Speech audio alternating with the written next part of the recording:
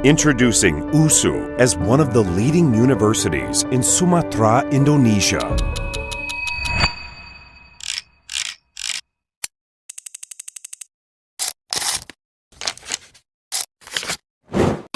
Kurva sigmoid adalah grafik berbentuk huruf S yang menggambarkan pola pertumbuhan suatu organisme atau populasi dari waktu ke waktu. Kurva ini umumnya menunjukkan 3 tahapan utama: fase awal, fase percepatan, dan fase perlambatan hingga akhirnya berhenti di batas maksimal. Salah satu ciri kehidupan tumbuhan adalah bahwa tumbuhan itu mengalami proses tumbuh. Tumbuh adalah kenaikan volume, besar, atau berat kering yang tidak dapat balik. Besarnya pertumbuhan persatuan waktu disebut laju tumbuh.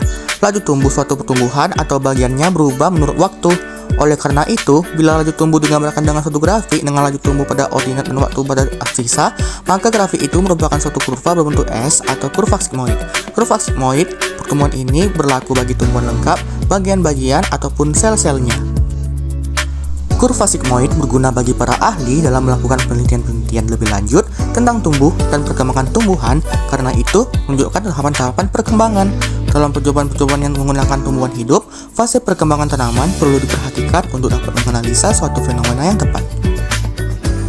Para ahli biologi dan matematika telah berusaha untuk merumuskan suatu persamaan matematika dan kurva tumbuh. Diharapkan dengan persamaan semacam itu dapat diperkirakan secara tepat pertumbuhan mulai dari kecambah sampai masa panen hanya dengan menggunakan data pertumbuhan dari fase-fase dini. Hal ini penting sekali baik untuk tujuan pengembangan teori maupun untuk keperluan praktis.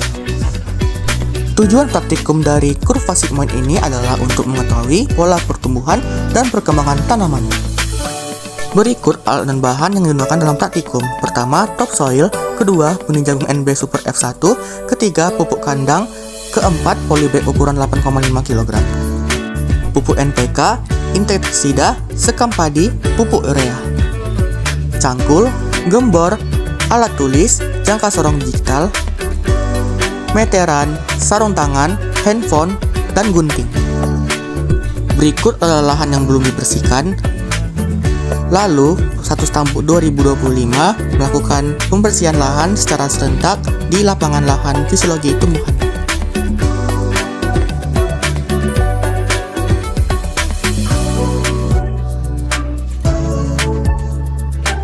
Pada pembersihan lahan ini, perempuan diwajibkan untuk bisa membantu dalam melakukan pengutipan sampah dengan menggunakan goni dan sarung tangan, dan untuk para laki-laki diwajibkan untuk membawa cangkul dan membersihkan gulma-gulma yang ada di lahan.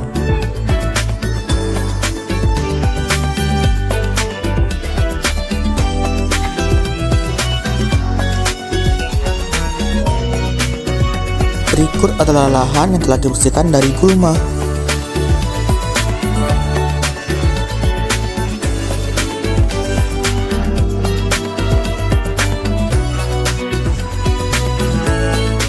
Lalu dilakukan pembuatan parit atau bedengan dan juga plot, dan untuk kelas kami sebanyak 3 plot untuk sebagai tempat media tanam kami diletakkan di atas lahan tersebut. Untuk ukuran kedalaman parit adalah 50-60 cm. Maka setelah dilakukan pengukuran 30 cm, akan dilakukan pembersihan parit dan mencangkul sesuai dengan ukuran tersebut.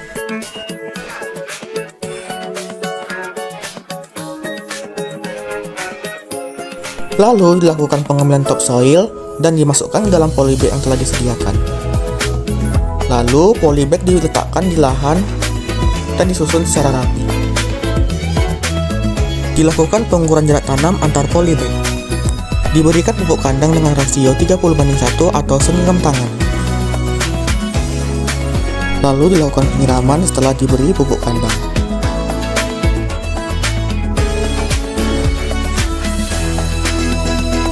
Direndam benih jagung selama 15 menit. Lalu ditanam di media polybag dengan kedalaman sekitar 2-3 cm.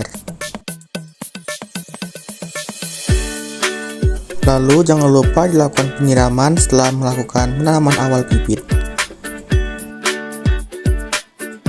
Lalu keesokan harinya dilakukan kembali kegiatan pembersihan lahan di lahan baru menggunakan cangkul dan juga goni untuk membersihkan dari gulma-gulma.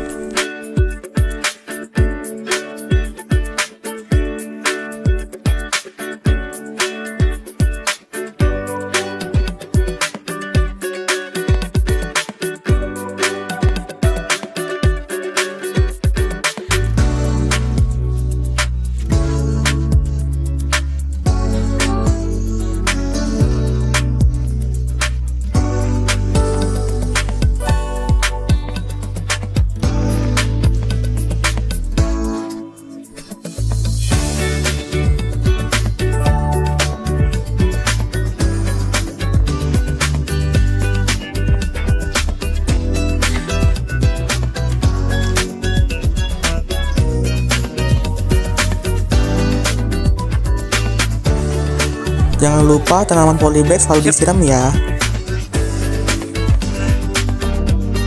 Lalu tanaman diberikan insektisida DCS dengan ukuran yang disesuaikan dengan kebutuhan atau tingkat kerusakan pada tanaman untuk memberantas hama seperti belalang dan ulat gerayak.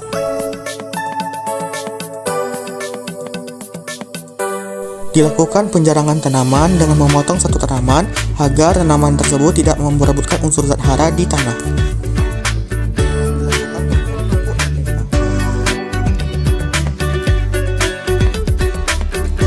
Dilakukan pembersihan lahan atau sanitasi lahan menggunakan alat cangkul dan juga sarung tangan dan membersihkan gulma-gulma yang ada.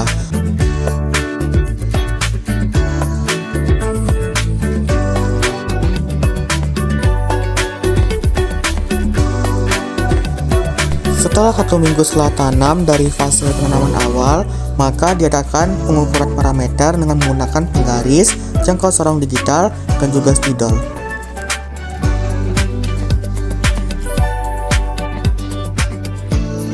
Berikut adalah dokumentasi selama saya melakukan pengukuran terhadap tanaman per setiap minggu setelah tanamnya.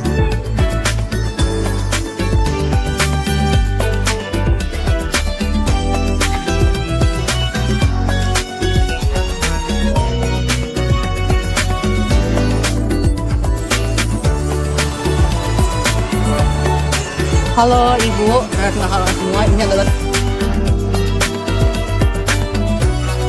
Tanaman diberikan perlakuan pupuk urea.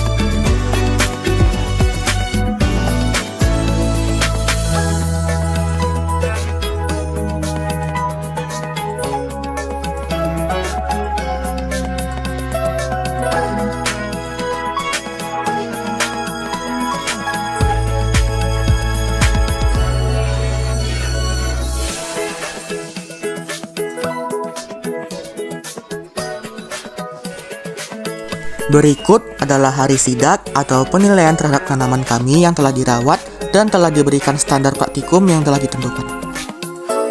Setelah dilakukannya sidak atau penilaian, keesokan harinya kami diarahkan oleh ibu dan juga kakak abang asli laboratorium untuk melakukan panen dengan cara mengambil bonggol jagung dan juga membersihkan hasil praktikum dan membuang sampahnya pada tempatnya.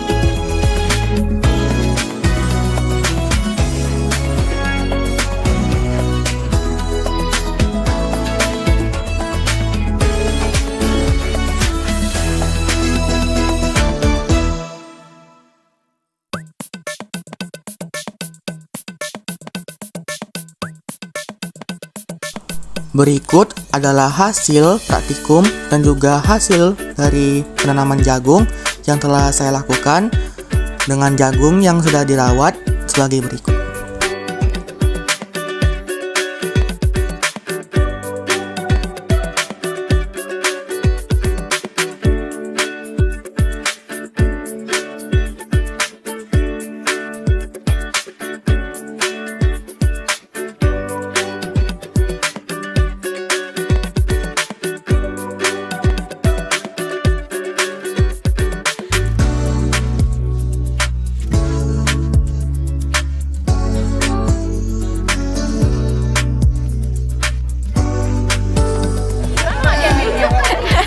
Hi guys, this is my corn right now, and this is the day of panen. In the I think in this like 15 May, yes, for the 26, and this is the corn, this is the plant. Thank you so much for the journey of this laboratorium system, and I wish I will get some a grade for my score, and see you in the next semester. Goodbye. Kita masuk pada parameter pertama, yaitu jumlah daun. Berdasarkan praktikum, fase awal atau fase LIG terlihat pada MST1 dengan rata-rata jumlah daun yang masih sedikit, yaitu sebanyak 1,5 helai. Memasuki MST kedua hingga MST6, tanaman jagung mengalami pertambahan jumlah daun yang sangat signifikan akibat pemulahan sel vegetatif yang aktif. Rata-rata daun meningkat tajam berturut-turut dari 4 helai, 7,5 helai, hingga menyentuh angka 17 helai pada minggu ke-6. memasuki fase stasioner di minggu ke-7 dan ke-8. Grafik pertumbuhan mendatar secara konstan pada rata-rata 19 helai daun. Hal ini menunjukkan bahwa pembentukan daun baru telah berhenti karena tanaman mulai mengalihkan energinya untuk persiapan fase reproduktif. Selanjutnya, mari kita perhatikan perkembangan parameter kedua, yaitu diameter batang. Berdasarkan praktikum, pertumbuhan diameter batang pada awal minggu pertama hingga kedua berjalan cukup lambat dengan rata-rata di angka 2,6 hingga 2,65 mm. Hal ini menunjukkan fase awal penyesuaian tanaman atau fase LAG. Namun, memasuki minggu ketiga hingga minggu ke-6 terjadi lonjakan pertumbuhan yang sangat pesat atau fase eksponensial. Di fase ini, rata-rata diameter batang mulai tajam dari 3,9 mm hingga mencapai 13,27 mm. Pertumbuhan mulai melandai secara konsisten pada minggu ke-7 dan ke-8 di angka rata-rata 14,95 mm. Grafik yang mendatar ini menandakan tanaman telah mencapai fase stasioner di mana pembelahan sel untuk diameter batang sudah maksimal. Parameter terakhir yang tidak kalah penting adalah tinggi tanaman. Berdasarkan praktikum, pada MST1, tinggi tanaman berada di rata-rata 5,25 cm. Memasuki fase LOG atau eksponensial pada MST2 hingga MST6, terjadi pemanjangan batang yang sangat masif. Tinggi tanaman melonjak drastis dari rata-rata 19,45 cm di minggu kedua menjadi 91,5 cm di minggu ke-6. Tanaman sambal kedua bahkan sempat menyentuh angka 119 cm. Sama seperti parameter lainnya, pertumbuhan tinggi tanaman akhirnya melandai dan mencapai titik konstan pada MST7 dan 8 di angka rata-rata 119,5 cm. Menandakan fase stasioner sempurna di mana pemanjangan sel batang telah berhenti secara total.